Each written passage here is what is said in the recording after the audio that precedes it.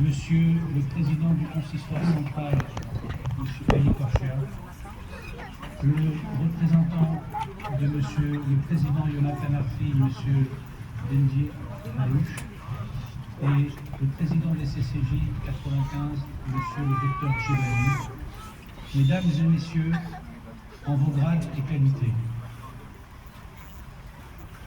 Nous voici réunis aujourd'hui dans la peine, dans l'indicible douleur, face à une tragédie qui dépasse l'entendement. Ariel, 4 ans, Kfir, 9 mois, Chéri, 34 ans. Une mère, ses enfants, une famille arrachée à la vie, arrachée à notre peuple, dans une barbarie qui glace l'âme et pétrifie le cœur.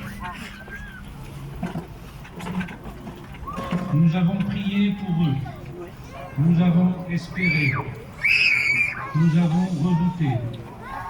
Et puis la terrible nouvelle est tombée. Inimaginable, insupportable, une abomination. Ils ne reviendront pas. Que faire face à cette haine, face à tant d'inhumanité? Que dire lorsque les mots sont trop pauvres, trop ternes, trop dérisoires pour exprimer la douleur? Nous sommes là, le souffle coupé, le cœur brisé, les poings serrés, submergés par l'impuissance. Et pourtant, nous devons parler, nous devons dire leur nom, nous devons refuser l'oubli.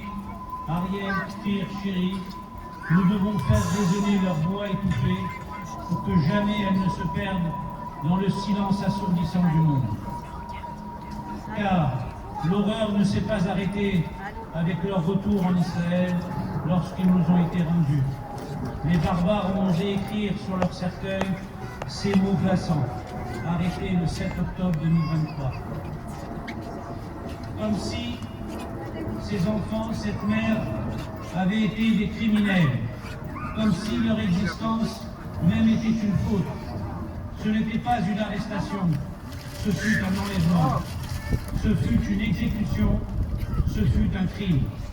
Un crime contre l'humanité, un crime contre l'innocence, un crime contre nous tous. Car cette affirmation insoutenable et morbide, il n'y a qu'une seule réponse: enlevés, assassinés parce qu'ils étaient juifs. Nous sommes un peuple, une grande famille, unis par l'histoire, par la mémoire, par l'amour que nous portons aux nôtres. Nous ressentons chacune et chacun en nous cette peine abyssale. Cette blessure ne touche pas seulement leur famille, elle nous déchire tous, car nous savons qu'ils auraient pu être nos enfants, nos frères, nos sœurs, nos proches. Yarden Bibas, le père, l'a dit tout à l'heure, en rendant hommage à sa femme et à ses fils. Tout le monde nous connaît, tout le monde nous aime. C'est cela notre force, c'est cela notre grandeur, notre chaleur, notre unité, notre fraternité qui transcende les distances et les générations. Dans l'horreur, c'est ce fil invisible qui nous relie, cette empathie indéfectible qui nous tient debout. Face à la haine, nous opposons la vie. Face à la barbarie, nous élevons des symboles d'espérance. 3 oliviers ont été plantés ici en mémoire de Chéri, d'Ariel et de Kfir. L'olivier, cet arbre enraciné dans notre terre, porteur de paix, de persévérance, de l'éternité et d'espoir.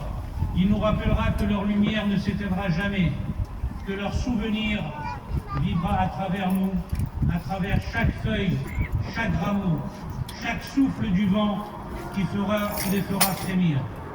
Nous pleurons, mais nous ne cédons pas. Nous avons une responsabilité, celle de refuser la résignation, celle de rester debout face à ceux qui voudraient nous voir brisés. Nous n'oublierons jamais, nous ne pardonnerons jamais, mais nous continuerons d'aimer, d'espérer et de construire, car c'est là que réside notre plus grande victoire. Chéri, Ariel, Kfir, votre place est gravée en nous pour toujours. Que vous